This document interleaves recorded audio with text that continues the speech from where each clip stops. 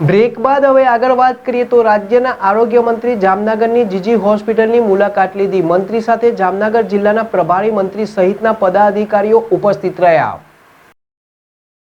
આ મુલાકાત દરમિયાન આરોગ્ય મંત્રી ઋષિકેશભાઈ પટેલે જણાવ્યું કે તેમણે ગુરુ ગોવિંદસિંહ સરકારી હોસ્પિટલની મુલાકાત લઈને અહીં અપાતી આરોગ્ય સુવિધાઓ, સારવારની ગુણવત્તા, ઇન્ફ્રાસ્ટ્રક્ચર, મેડિકલ ઇક્વિપમેન્ટ, દવાઓનો જથ્થો, રાજ્ય અને ભારત સરકારના હેલ્થ પ્રોગ્રામ, આગામી સમયમાં પ્રગતિમાં આવનાર વિકાસ કામો અને પાયાની તમામ બાબતોની સમીક્ષા કરી છે।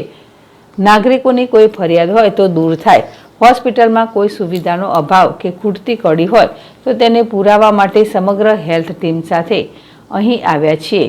સૌરાષ્ટ્રની મોટાભાગની હોસ્પિટલની રૂબરૂ મુલાકાત લેવામાં આવી છે અને તે ઉપક્રમમાં હવે માત્ર મોરબી, સુરેન્દ્રનગર અને ભાવનગર જિલ્લાની સરકારી હોસ્પિટલની મુલાકાત લેવાની બાકી છે। અમદાવાદની વીએસ હોસ્પિટલના કથિત ક્લિનિકલ ટ્રાયલ ગેરરીતિ અંગે મંત્રીએ જણાવ્યું કે આ ગેરરીતિના મીડિયા અહેવાલ બાદ ઉપયુક્ત ઘટનાની પ્રાથમિક તપાસના અહેવાલ પછી વીએસ હોસ્પિટલના તબીબ ડૉક્ટર રાણાને ટર્મિનેટ કરાયા છે અને અન્ય 8 કરાર આધારિત તબીબોને બરતરફ કરાયા છે। તેમજ વધુ તપાસ બાદ દોષિતો સામે આગળના કાયદેસરના પગલાં લેવામાં આવશે। વધુમાં મેડિકલ કોલેજમાં રેગિંગને અટકાવવા સંદર્ભે મંત્રીએ કહ્યું કે દરેક સરકારી મેડિકલ કોલેજમાં એન્ટી રેગિંગ કમિટી કાર્યરત છે। વિદ્યાર્થીઓ માનસિક સ્વાસ્થ્ય માટે પણ વિવિધ પ્રયાસો કરવામાં આવી રહ્યા છે, છતાં કોઈ ઘટના રેગિંગની બને છે તો આવું કૃત્ય કરનારા સામે સખત કાર્યવાહી કરવામાં આવે છે।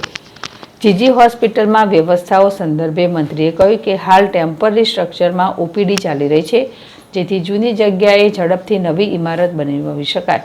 કોઈ આકસ્મિક ઘટના ન બને તે માટે પૂરતી કાળજી લેવાઈ રહી છે। હાલ 1700 બેડની સુવિધા છે, તે વધીને 2200 બેડની થશે। આગામી સમયમાં કેન્સર હોસ્પિટલ ઊભી કરવાની અને યુરોલોજી વિભાગે જે અહીં ખૂબ સારી રીતે ચાલે છે તેને પણ વિકસિત કરવાનું આયોજન છે।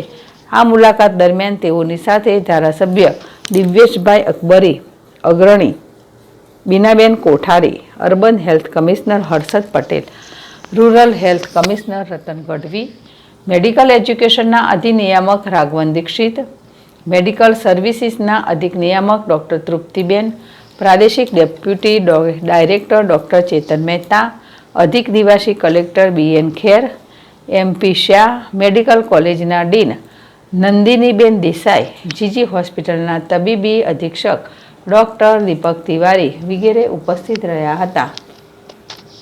હર્ષલ ખંડેરિયા, ZSTV, જામનગર।